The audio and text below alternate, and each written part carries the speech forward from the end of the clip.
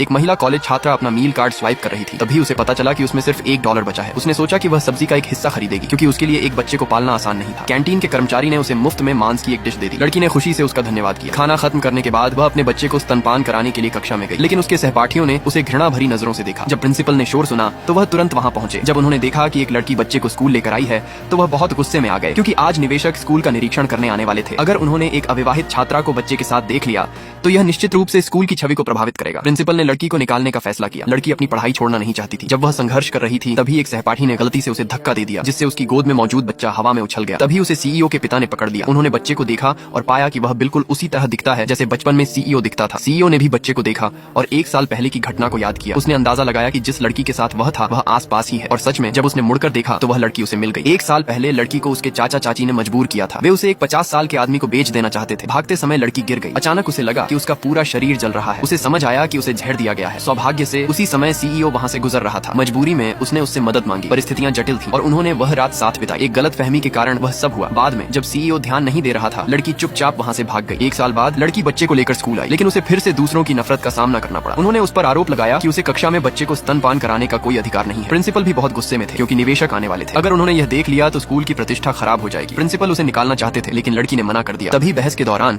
एक सहपाठी ने लड़की को टक्कर मार दी, जिससे बच्चा हवा में उछल गया और सीधे सीईओ के पिता की बाहों में जा गिरा। प्रिंसिपल ने तुरंत लड़की को वहां से हटाने का आदेश दिया और बोर्ड को रिपोर्ट किया कि बच्चा किसी छात्र का छोटा भाई है। जब चेयरमैन ने बच्चे को देखा और पाया कि वह बिल्कुल सीईओ जैसा दिखता है, तो उन्होंने निष्कर्ष निकाला कि यह उनका पोता है। उन्होंने बच्चे को घर ले जाने का फैसला किया। खुशी में उन्होंने स्कूल में 200 मिलियन निवेश करने की योजना बनाई। ये सुनकर प्रिंसिपल बहुत खुश हुए। उन्होंने कहा कि बच्चा चेयरमैन के साथ रहने के लिए ही बना है। सीईओ अपने पिता को रोक नहीं सका, इसलिए उसने पहले सहमति दे दी। उसने सोचा कि वह बाद में बच्चे की मां को ढूंढकर उसे वापस कर देगा। घर पहुंचकर सीईओ ने डीएनए टेस्ट कराया और पाया कि बच्चा वास्तव में उसका ही है। इससे उसे यकीन हो गया कि 1 साल पहले वाली लड़की इसी स्कूल में थी। उसने तुरंत लोगों को उसे ढूंढने के लिए भेज दिया। अगले ही पल एक गांव जैसी दिखने वाली छात्रा वहां आई और कहा कि वह बच्चे की मां है। सीईओ को थोड़ा शक हुआ। उस छात्रा ने बच्चे की पीठ पर मौजूद जन्म चिन्ह के बारे में बताया। जांच करने पर वह सही निकला। उन्होंने मान लिया कि वही बच्चे की मां है। अपना वादा निभाने के लिए सीईओ ने उसे बच्चे की देखभाल के लिए वहीं रहने दिया। असल में वह छात्रा लड़की की सबसे अच्छी दोस्त थी। उसे जलन थी कि लड़की इतनी भाग्यशाली थी कि सीईओ के बच्चे की मां बन गई। इसलिए उसने खुद को बच्चे की मां बताकर उसकी जगह ले ली और अमीर जिंदगी जीने लगी। सच्चाई छिपाने के लिए वह बच्चे को वापस स्कूल ले आई। इस बीच लड़की हर जगह अपने बच्चे को ढूंढ रही थी। जब उसे बच्चा वापस मिला तो वह बहुत खुश हुई। उसने अपनी दोस्त के कपड़े और रहन सहन देखकर हैरानी जताई। दोस्त ने कहा कि उसे एक अमीर आदमी पसंद करता है और वह जल्द ही शादी करने वाली है। फिर उसने लड़की के भले का नाटक करते हुए कहा